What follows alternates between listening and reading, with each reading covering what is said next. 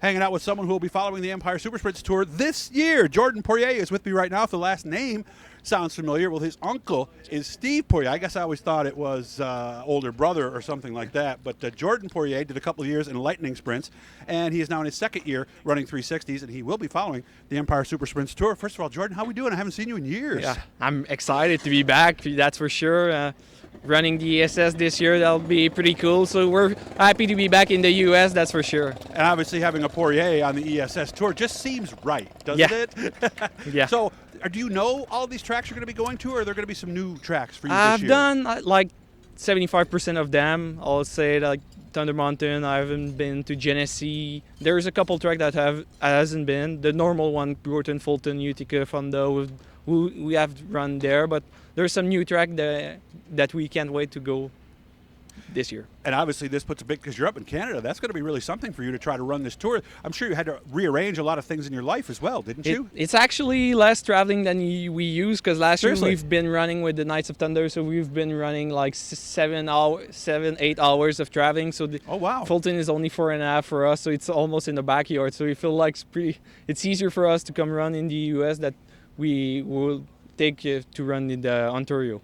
What was involved in the decision to run this tour? Because you've run races with them before, but just never on a full-time basis. What went into that decision? I've always had only one car, one engine. So this year we were planning. We built a second car. We bought a second engine from Steve. So now we're set to run the full time. Okay.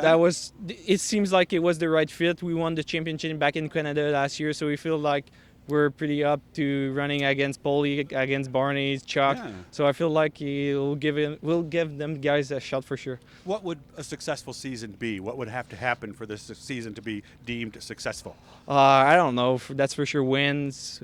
Our goal is to win the championship. We're running for the championship, so not everything under that will be a fail. Maybe not a fail, but it's the goal we're aiming at. So we'll try to do that.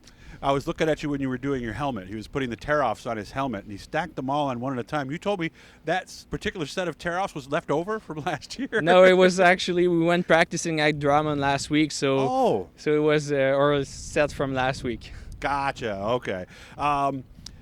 Tear-offs. We were joking about that earlier, but that is one of the little skills that a driver takes that really does take time to know when, how to grab it, all that kind of stuff, doesn't it? Yeah, you need to pay attention to those because it's at a place like this, it can be dusty. So you want to be on your game, see everything on the racetrack. There'll be a lot of car around us, so you want to make sure that your tear-off are right good and ready to go. Yeah, because you can't pull tear-offs while you're in the corner.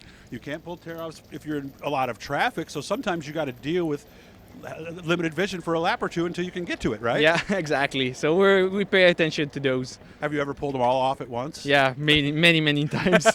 How do you prevent doing that? Is that just the way you stack them? Yeah, you need to pay attention how you stack them and make sure that the last one is really cut down, that you don't pull the last one at first, so it's make it easier. Okay, I'm going to tell you a little trick here too, by the way.